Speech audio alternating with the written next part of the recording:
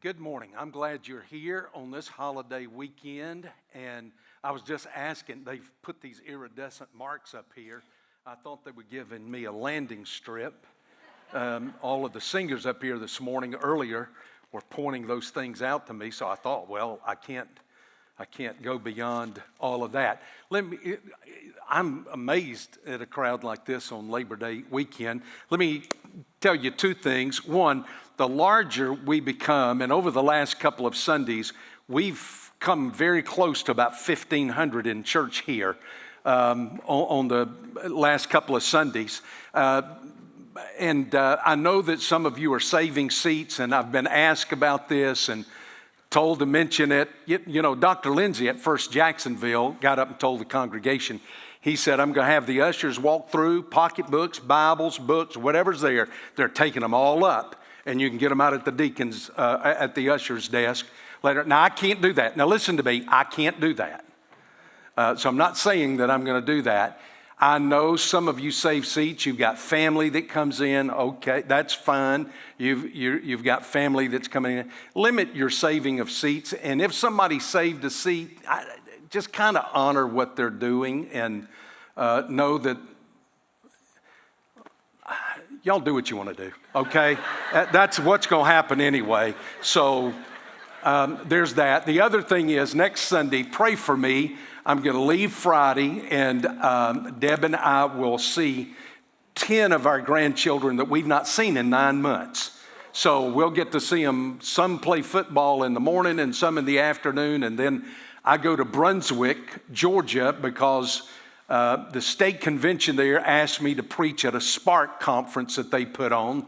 And then the pastor at First Baptist Brunswick said, well, you're going to have to be here. You can't get from Birmingham to Brunswick that quick if you preach Sunday morning. So would you preach here? So next Sunday I'm preaching at First Brunswick, and then in the afternoon at 4:30 I preach at the Spark Conference for the Georgia State Convention. And then Monday morning we leave because I've been asked to be at the prayer breakfast at the United Nations. And all of the ambassadors from around the world basically will be there at that prayer breakfast. So keep us in your prayer, and then we will be home. If we survive New York City, we will be home Wednesday, or we will be in heaven. So now, Genesis chapter 39. We skipped chapter 38. That deals with Judah. We left Joseph being sold by his brothers. In the first church that I pastored, I probably shared this with you before. It's such a vivid memory. We were in Chesapeake, Virginia, just out of seminary. And a lot of our people, we were very close. Well, it's right there at the North Carolina border and the Outer Banks. And I would preach down there a fair amount. And my folks, a lot of folks in the church there had homes, summer homes, in the Outer Banks at Nag's Head. And they would say, hey, pastor, hey, go down and spend a few days. If you're going down there to preach, just take your family with you, stay a few days. So I got to learn a fair amount about, Nag's Head and Kill Devil's Hill and all of the Outer Banks right in there. Great history, because in the late 1600s, the early 1700s, there were men down there whose sole livelihood was wrecking ships. Now, that's what they did. They would wreck ships for a living. Now, I don't mean that somebody'd bring in an old boat and they'd tear it apart. I mean, they took, seaworthy vessels that were out on the sea, and they would lure them into the shoals and the sandbars and wreck the ship. They'd get in their skiffs and they would go out, and they would either kill the survivors, if there were survivors, and they would take all of the cargo, and then they would begin to tear the ship apart. They'd wreck the ship, taking it apart, and there are actually homes along the Outer Banks that have been built out of the wood of wrecked ships. Benjamin Teach, Blackbeard, actually took his famous ship was the Queen Anne's Revenge. He ran it up on a shoal not knowing. Now what they did, the reason why they call it Nag's Head is because he'd get an old nag horse and they would tie a lantern around its neck and they would walk that old horse up and down the shoreline, and of course that horse's head is bobbing up and down. It looks like the light on the back of a ship, just kind of going up and down. So other ships out at sea would say they found a way into the inlet. They wanted to get in past the Outer Banks into the inlet that was behind it so they could offload their ships. And so they would think, well, that's a ship he's found a way. That's the back of the ship, the lantern on the back of the ship. We'll turn, and they would turn and sail themselves right into a shoal or into a sandbar, something like that. And of course, they would come and wreck the ship. Now, that's exactly what is happening in Joseph's life. There are men that are wreckers in life. And you have got these older men that now come to wreck the life of a 17-year-old. And let me just say, a 17-year-old, and I don't mean to offend anybody here today, is still a boy. He's still a young man. And when he gets 18, maybe that'll be a different thing. But at 17, he's a full 16 years old. He's still an older boy. And so they're going to wreck his life. And they do wreck his life. They wreck his life because they hate him. And they hate him for a number of reasons that I've shared with you. They hate him because of the coat that his father had given him and the position that gave him over them. They hated him because his father loved him more than he loved all the rest of the others. And they hated him because of his dreams that he would tell them that spoke of his authority, that one day they would bow before his authority. And so they were going to wreck his life, and they were going to do it for profit. In fact, if you recall, back in the 37th chapter of Genesis, verse 26, Judah said to his brothers, "What profit is it for us to kill our brother and cover up his blood? Come, let us sell him to the Ishmaelites. Let's make a profit off of him."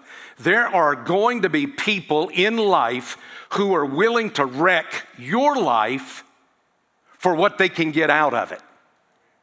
Now, I want everybody to understand this morning, and let me come back to this because it is stated, as I shared in the first sermon, we're told about his youth twice. An emphasis keeps being made on this. I want you to understand, we're talking about a high school senior in the spring and a college freshman in the fall. A 17, 18-year-old young man. We're talking about somebody who 15, 16, 17, 18, 19, 20, into their early 20s. I want you to listen to this because it is an incredible word of a 17-year-old, a college senior, soon to be a high school senior, soon to be a college freshman. I want you to listen to what he does with his life. When his life, they attempt to wreck it in order to make profit off of it. And by the way, let me just say this. Young people, you're going to discover that in life, people are willing to wreck your life for what they can get out of you. That's why all of advertising is geared toward your age group. All of advertising is geared toward your age group. And you begin to look at this and watch it, and you begin to wonder, why do they advertise adult products for middle and older teens? Why do they do that? Because they want a future consumer. That's you. And that's all you are. I read a statistic this week that you're not going to believe, and it is nearly 10 years old. It came out of 2015. The average American father and mother spend $17,000 a year per child.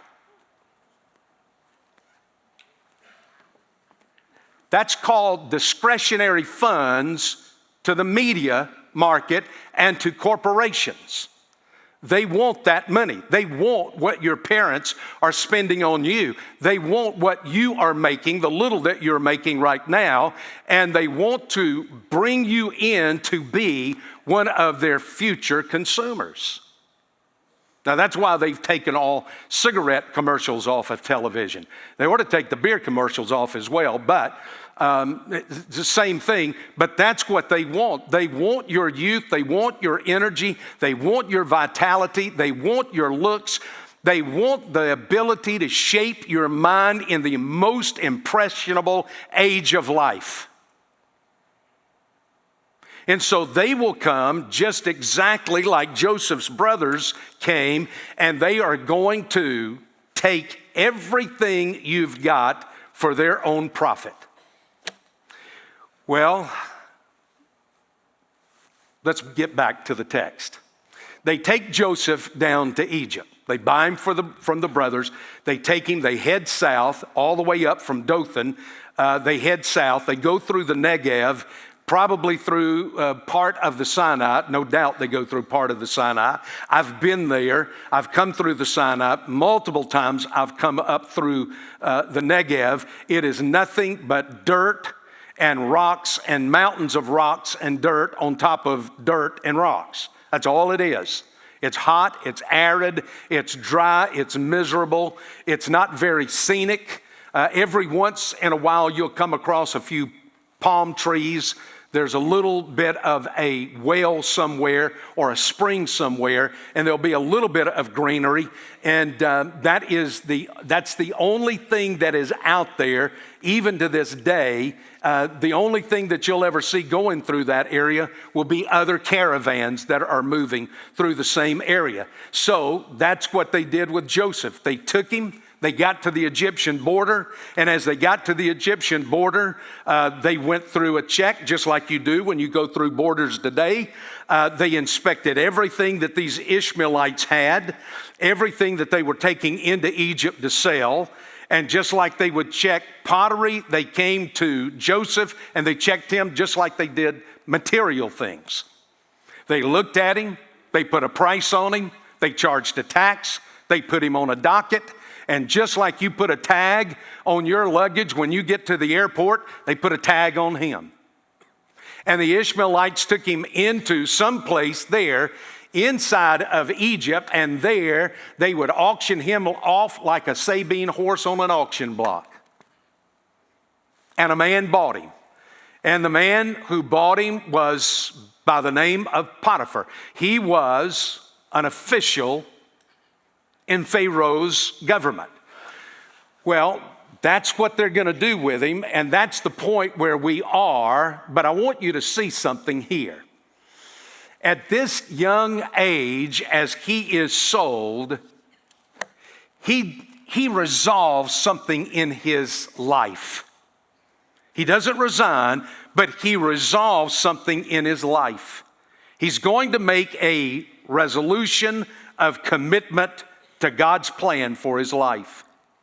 Now listen to me carefully, especially those of you that are in this younger bracket that we're talking about and that Joseph represents. Whenever circumstances or people attempt to wreck your life for their profit, do what Joseph did and resolve to commit yourself to God's plan rather than resign yourself to your feelings. Now, I've stated that. Can you all get that? Did you get what I was saying? You like Joseph, you resolve to commit yourself to God's plan, even though it makes absolutely no sense. And listen, let me tell you, you may think this is bad today. It's going to get worse. And then it's going to get worse than that.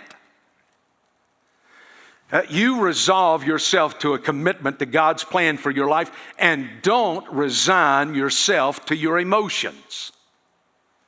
We've got too many people today in the church who just give up too easily, who just resign themselves to emotions and feelings, and they live by emotions and they live by feelings, and they never fulfill the purpose and the plan of God for their lives.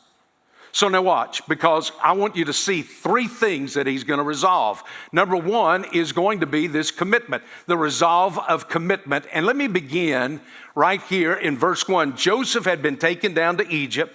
Potiphar, an Egyptian officer of Pharaoh, and the captain of the bodyguard. Now let me just stop with that, because Alfred Edersheim, who lived in the 1800s, he was born in Vienna, he was a Jew, and became converted to Christianity and spent his life writing Christian material. In fact, his book, The Life and Times of Jesus Christ, is a classic. If you've never read that, you have missed one of the great Christian classics of all time.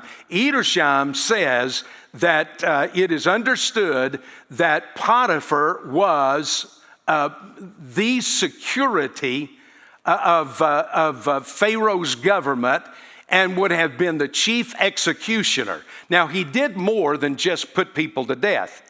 He would have been like the director of the FBI. He would have been like the head of the Secret Service. We do hope that he did a little better job than all of that. But that's what he would have been like. That's kind of tantamount to what he was like. He would have had the task of protecting Pharaoh. He would have had the task of protecting the nation and the task of putting traitors to death. That was his job. That's who he was. He would have been very high up in Pharaoh's government. He would have been part of what we understand to be the cabinet of the president. Now he's got this 17, maybe going on 18-year-old right here with him. He's bought him. He's purchased him. And at this point, it would have been extremely easy for Joseph to have given himself over to the emotion of resignation. I just give up. I just quit. I can't believe what my brothers did. His brothers sold him to make a profit. The Ishmaelites now have sold him to make a profit. And now Potiphar buys him with the hopes of using him in order to make a profit for himself. He thinks, what is life? What has happened to me? What has become of my life? He could have given into his hurt. He could have given into his emotions, his feelings. He could have given in to all of these things. Here he was a foreigner. He was a Hebrew in the land of these Egyptians. He was a Jew in the land of these Gentiles. He was a Yahwehist in the land of these pluralistic, worship everything from a crocodile to a dog to whatever is out there, you worship it. Here he is, he speaks Hebrew, he does not speak Egyptian. He is a 17-year-old in a world of adults, and his life is being wrecked. It would have been so easy for him to have just given up, but he doesn't do that. He doesn't resign himself to those emotions. He resolves himself. Now listen, he resolves himself to a commitment to be, here's the R word, responsible. Lord have mercy. Somebody preaching on responsibility. Well, here's the story right here. Here it is right here, and it's there for us. He did obviously resolve to make a commitment to follow God's plan for his life and to be responsible. Listen to verse 4. So Joseph found favor. Now, by the way, the word favor there is an interesting word, and it means this. It means he was gracious, he was pleasant, he was, the word even means elegance. In his disposition, he was elegant in his attitude. The word means beauty. It has all of these kinds and shades of meaning that Joseph found favor. He was this so that he found this favor in the sight and became his personal servant, made him overseer of his house, and all that he owned, he put in his charge. Now, if you look at that, those are three different things. He became his personal servant. The only thing I know to do is go to Downton Abbey. Y'all remember that? Yeah. Downton Abbey, this is Mr. Carson, kind of the butler. He was his personal servant.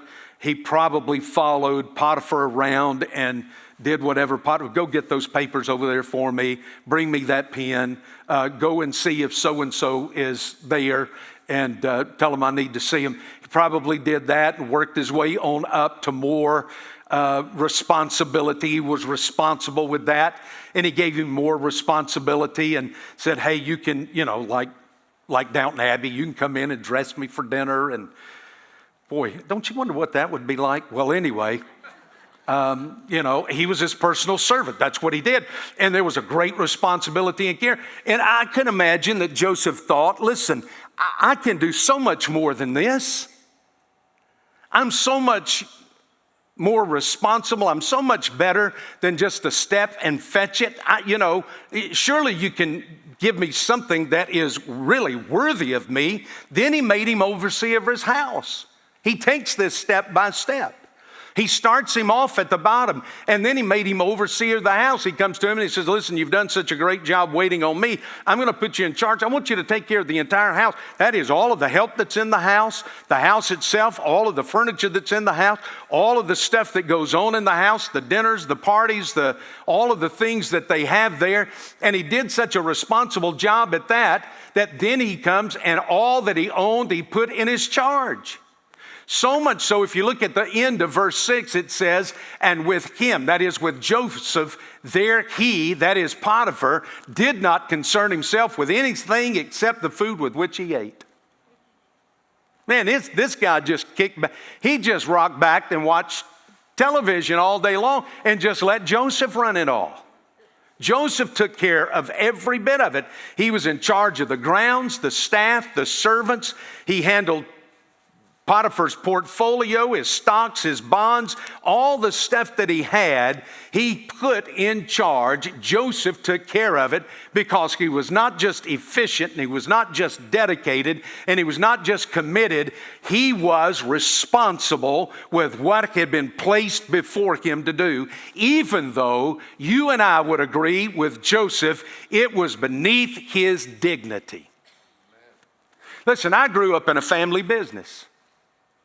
My dad owned the store and the business that was there, and I was 12 years old when he opened that up, and I can remember going down there in the afternoons, and eventually I worked up enough courage to say to my dad, I think I should have a set of keys to the store. Now listen, I'm 12, 13 years old. I think I'm old enough I should have a set of keys to the store. After all, that's my name out there on that sign too. And my dad handed me the toilet brush and some Ajax, and he said, go clean the bathroom. And you know what I did? I cleaned the bathroom. Yeah. You know what I wanted to do? Throw it down and walk out. But I didn't. There are going to be things in life that are going to be beneath you. You're going to think it's beneath your dignity. And I'm really talking to those of you that are in your teens right now and maybe early 20s and even into your 30s. But I want to tell you something. Life isn't fair. I'm just going to shoot straight with you. Life is not fair. It doesn't work that way. But let me tell you, in the end, our God wins. We are actually a winner. So do it. Do what's beneath your dignity. Do what you're told to do when you show up to work. Don't resign yourself to your emotions and dissolve into a pool of tears, but do the things that have been handed to you and do them with such a responsibility and with such care and with such dedication that they're going to turn around and eventually put you in charge of the whole thing. We need to hear this. And our young people need to hear this.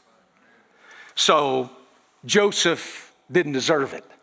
Did not deserve what happened to him. He could have shown up really upset, but he shows up because he makes this commitment to follow God's plan for his life, even when he doesn't understand God's plan for his life. Now let me give you the second thing. And the second thing is this: it's the resolve of being a blessing. Now, this is kind of interesting. Look back up now to verse 3. I'm going to go backwards up the text here. Look at verse 3. Now his master saw that the Lord was with him, and how the Lord caused all that he did to prosper in his hand. And if you want a little more clarity with that, look down to verse 5. It came about that from that time he made him overseer in his house and over all that he owned, and the Lord blessed the Egyptian's house on the account of Joseph. Thus the Lord's blessing was upon all that he owned in the house and in the field. Now I want to just tell you something. I was just thinking through this earlier this morning. This links him with all the preceding patriarchs. It links Joseph back to Jacob, and Jacob back to Isaac, and Isaac back to Abraham. God comes to Abraham and he says to Abraham, through you, I will bless all the nations of the world. You, Abraham, are going to become a blessing to the entire world. Now, you've got two huge groups of people right now fighting each other, and we stand literally closer to the precipice of a third world war than any of us want to think about because of this. But the Muslims look back to Abraham, the Jews look back to Abraham, and we as Christians look back to Abraham. And he says, through you, I'm going to bless the entire world. You get down to Isaac, and he's going to do the same thing. He's going to say the same thing to Isaac. Isaac, it's going to be through you that I'm going to bless the entire world. Then he's going to come down to Jacob. And Jacob is going to go work for his uncle Laban. And what's going to happen to Laban's flocks? Right there where Jacob happens to be with Laban, his old last of the red hot tricksters is Laban, and even Jacob can't out-trick Laban. Laban out-tricks Jacob, and here he is, and God's just blessing Laban, hand over fist. And now Joseph, the same thing's happening to him. And so there's this continuous link back, and it says something to me. It says to me that you and I, as the children of God, should be seen by others as a blessing and not an aggravation. Ha! Y'all get me up here and get me going, and I'll start sucking air like an old country preacher. We're to be a blessing. Do you ever stop and think about that? Our lives are to be so found in God Almighty that all the things that we do result in a blessing to the people around us. Man, if we could work like that, if that could happen that way, listen to what it says about him. Verse 3, verse 2, the Lord was with him, with Joseph, so that he became successful.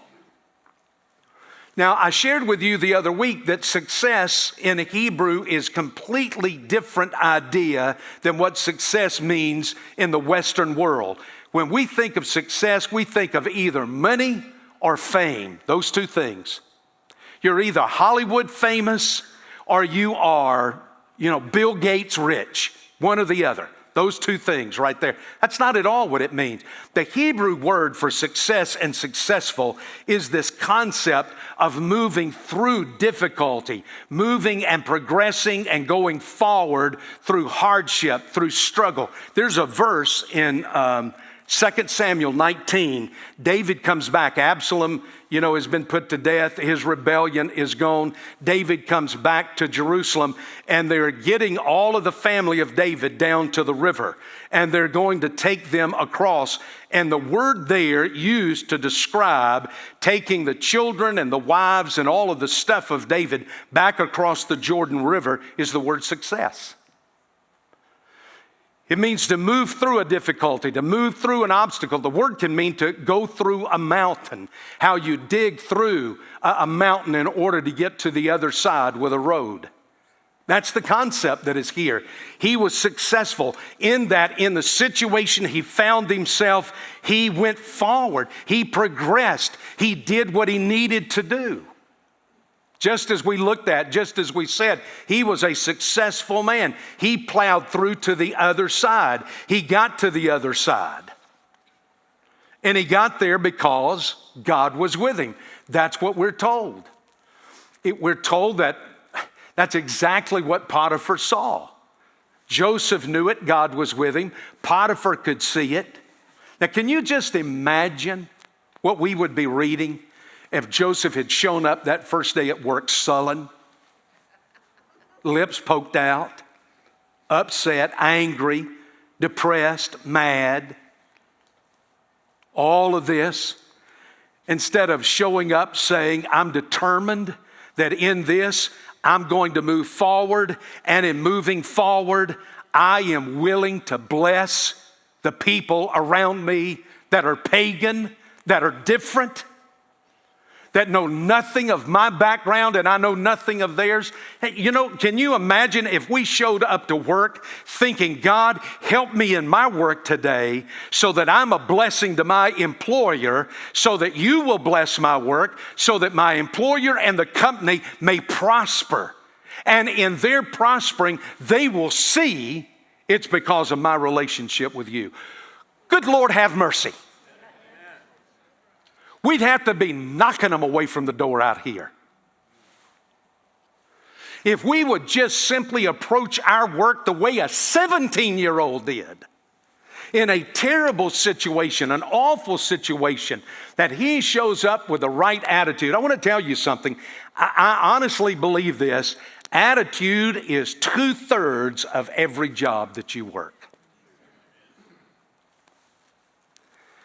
And when that's right, the job becomes, whatever it is, it becomes something that you can do, and you can do it to the glory of God.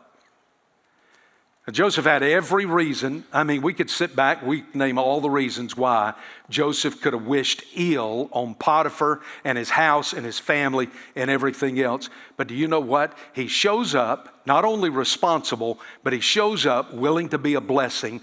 Let God bless these people. And you know, it wasn't just Potiphar that was blessed. An old wicked wife of his was blessed. And we're going to find her. We're going to see her in about 2 weeks. And then every slave, every servant, every steward in the house and in the field and in the barns of Potiphar were blessed as well.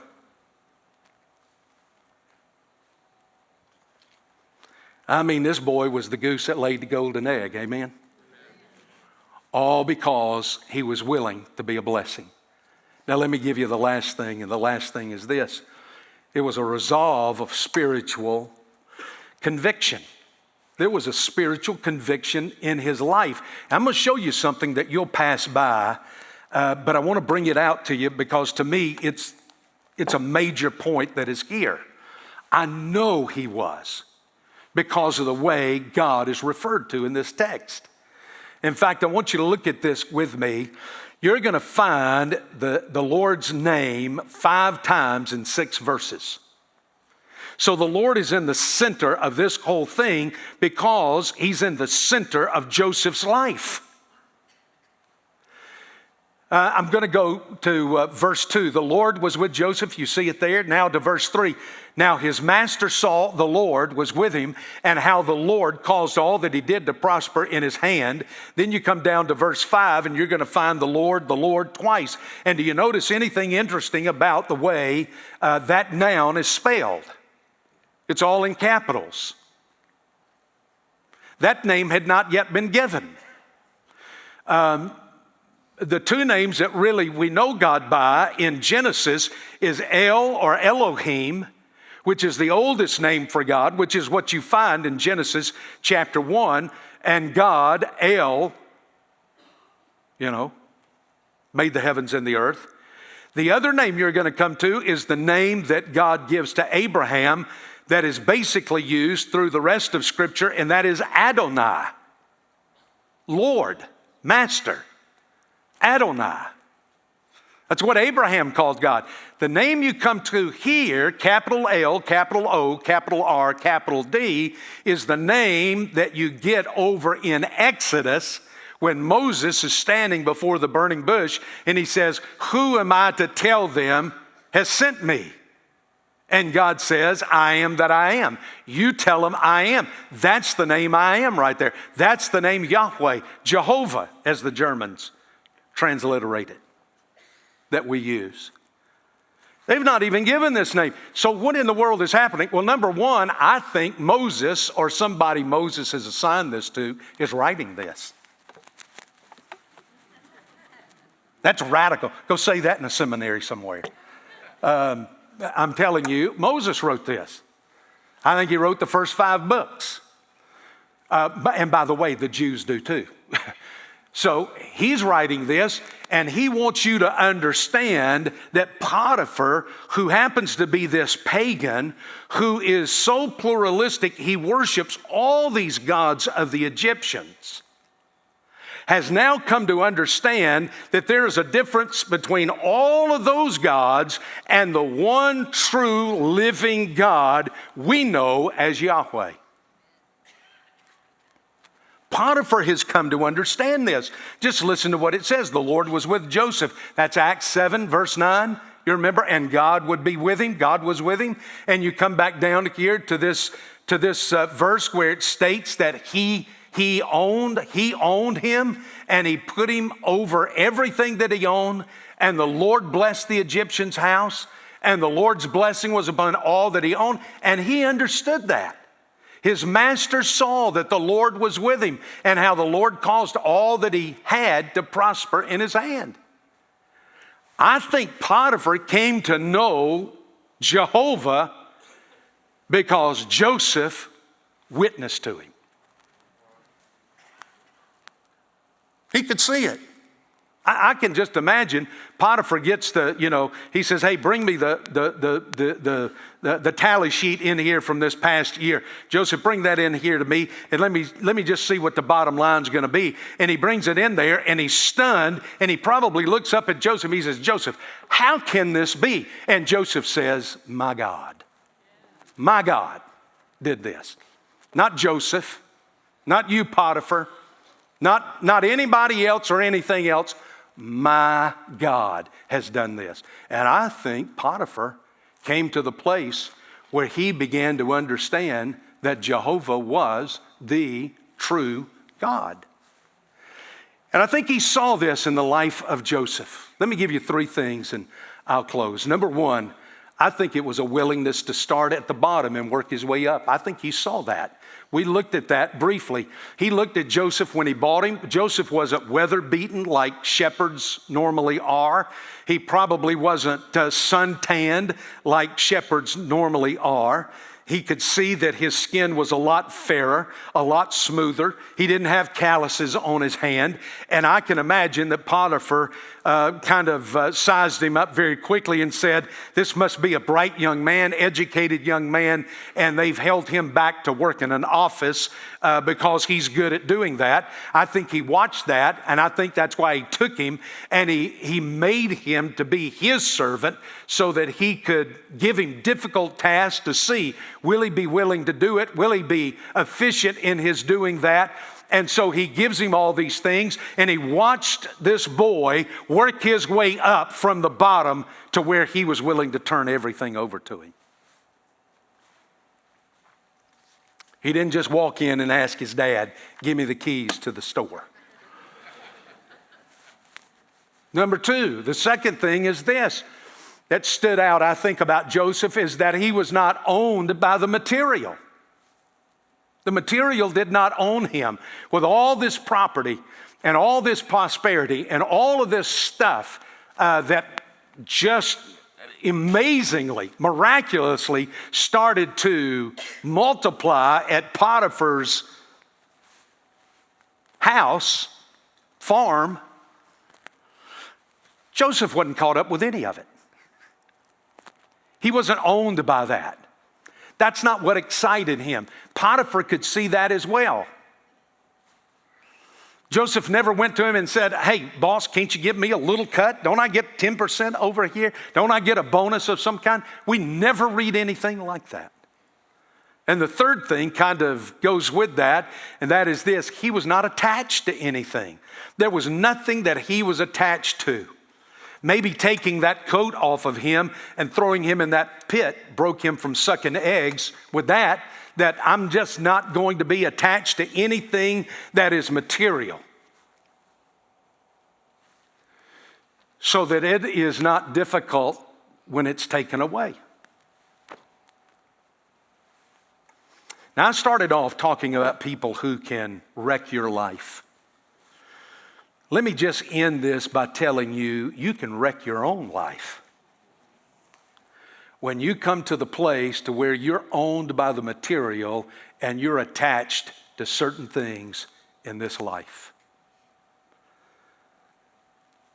I read a fascinating article also this week in the Atlantic. I don't know if y'all read the Atlantic. From time to time, occasionally they'll have somebody that I know writes an article in there.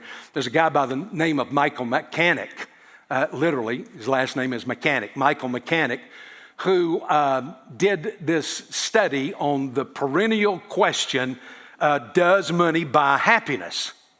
And so he wrote this article, and listen to what he said. Recent polling from the Wall Street Journal, the University of Chicago, points to a steep decline over the past quarter century. Now, this was written last year, by the way. Over the past quarter century, so from 1999 up until now, that the percentage of American adults who view patriotism, religion, parenting, and community involvement very unimportant. The only priority tested who perceived importance grew during that period was money. We don't care about our country. We're not patriotic. We don't care about the church or Christ or the Bible. We're not interested in that so much. We're not even interested in our kids or the community. What we're interested in, gimme, money. Money. Now, I want you to listen to what they found. Researchers definitely found that the quadrupling of a person's income, take your salary, quadruple it, had an effect on their well-being roughly equal to a mood boost of a weekend. The authors also explained that the difference between the medians of happiness at household incomes of $15,000 to $250,000 is about 5 points in a 100-point scale. Now, I'm going to explain that to you. They said those people that made $15,000 and those people who made $250,000 had a 5-point difference on a 100-point scale. Bottom line, money doesn't make you happy.